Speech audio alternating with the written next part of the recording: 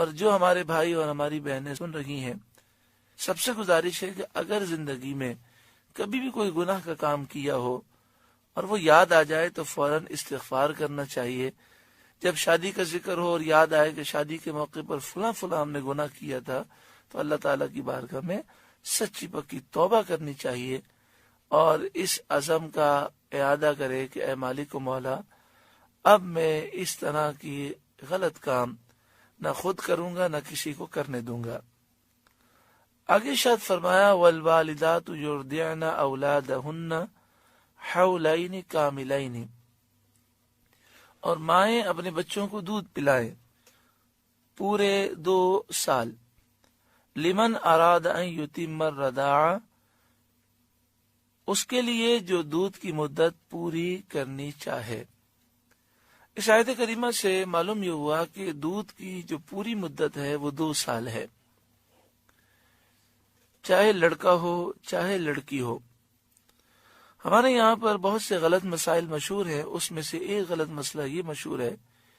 کہ لڑکے کو 2 سال دودھ پلانا چاہیے اور بچی ہو تو اسے 2 سال سے زائد 2.25 سال،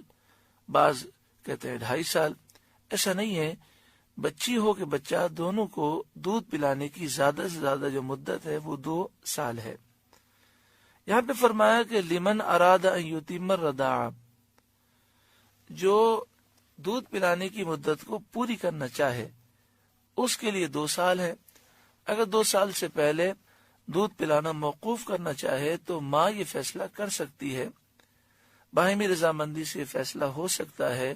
بچے کی حالت کو دیکھ کر۔ مثلا 1.25 سال کی عمر میں، 1.5 سال کی عمر میں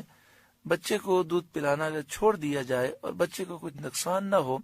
تو اس میں کوئی حرج نہیں۔ اس بات کو یاد رکھنا چاہیے کہ 2 سال سے اوپر دودھ پلانا منع ہے، تو اس لیے جب بچہ 1.5 سال کا یا 1.25 سال کا ہو تو دودھ چھڑانے کی کوشش کرنی چاہیے۔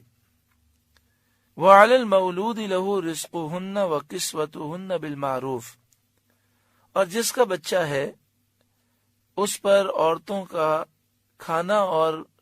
پہننا ہے دستور کے مطابق۔ وَعَلَى الْمَوْلُودِ لَهُ، جس کا بچہ ہے، اس سے یہ واضح اشارہ ملتا ہے کہ بچے کا نسب والد کی طرف ہوتا ہے، تو جو بچے کا والد ہے اس پر ذمہ داری ہے بچے کے لیے دودھ پلانے کا انتظام کرے اور دودھ پلانے والی عورت کے کھانے اور پہننے کا انتظام کرے۔ یہاں پر ایک ذہن میں سوال پیدا ہوتا ہے کہ دودھ تو مائیں پلاتی ہیں اور میاں بیوی جب زندگی گزارتے ہیں تو ایک دوسرے کے حقوق تو ادا کرتے ہیں، تو یہاں پر یہ کیوں فرمایا گیا؟ جواب یہ دیا گیا کہ اس سے پہلے طلاق کا ذکر ہے، تو مراد یہ ہے کہ جب طلاق ہو جاتی ہے تو اب بچے کی پرورش کی ذمہ داری کس کے اوپر ہے؟ قرآن مجید فرقان حمید نے اس کو تفصیل سے بیان فرمایا کہ بچے کی پرورش کی پوری ذمہ داری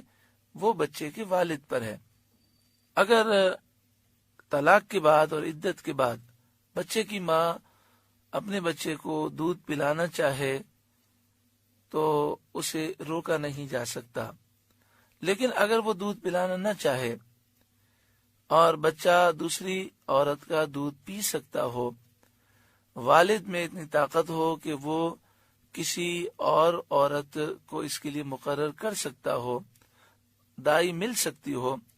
تو اس صورت میں بچے کی ماں پر دودھ پلانا واجب نہیں ہے بلکہ مستحب ہے۔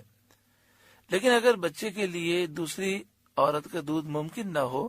تو اس صورت میں ماں پر دودھ پلانا واجب ہے۔ یہاں پر یہ بیان کیا گیا کہ اگر باپ کسی دوسری عورت سے یعنی دائی سے دودھ پلواتا ہے تو اسے اس کے اخراجات دینے ہوں گے، اور اگر جب تک ماں دودھ پلا رہی ہے اس کے اخراجات جو ضروری ہیں وہ باپ کے ذمے ہیں، چاہے طلاق ہو چکی ہو، عدت گزر چکی ہو۔ لا تکلف نفس الا وسعها، کسی جان پر بوجھ نہ رکھا جائے گا مگر اس کی طاقت کے مطابق۔ یعنی اللہ تعالیٰ نے جو احکامات نازل فرمائے ہیں ان پر عمل کرنا ہر ایک کی طاقت میں ہے، اور یہ احکامات ان کی طاقت کے مطابق ہیں۔